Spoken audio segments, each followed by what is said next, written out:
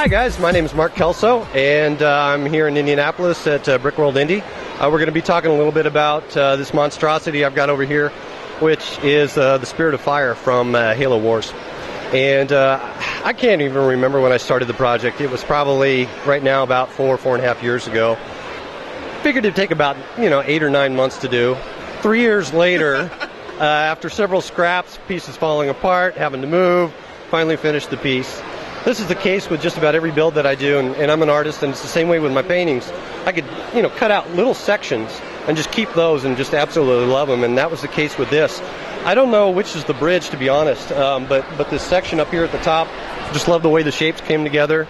This one down here at the bottom, and a few minor pieces back here at the back. And I really like the shot of it from the back side. I don't know if it's just the butt that I like the butt shots or what, but I do really like the way the engines and everything came together from the back side. It's a wood structure. It's like a 1x3 piece of wood, and then what I did was I built Technic around the entire length of wood, and then from there expanded outward with skeletal substructure, and then all of the detailing and so forth went on top. So it's mostly Lego in there. When I started, there was hardly anything online as far as visual guidelines for the proportions of the ship and for detailing.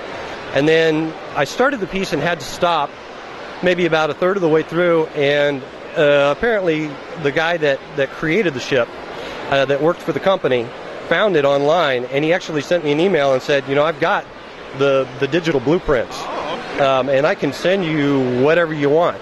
And I'm like, oh yeah, bring it on, So he sent me like a slew of blueprint drawings, and then he also sent me, I don't know what the term is for these, but they were finished digital drawings, so with the light reflecting off of it and all of the surface detail and everything. So I had everything I needed at that point.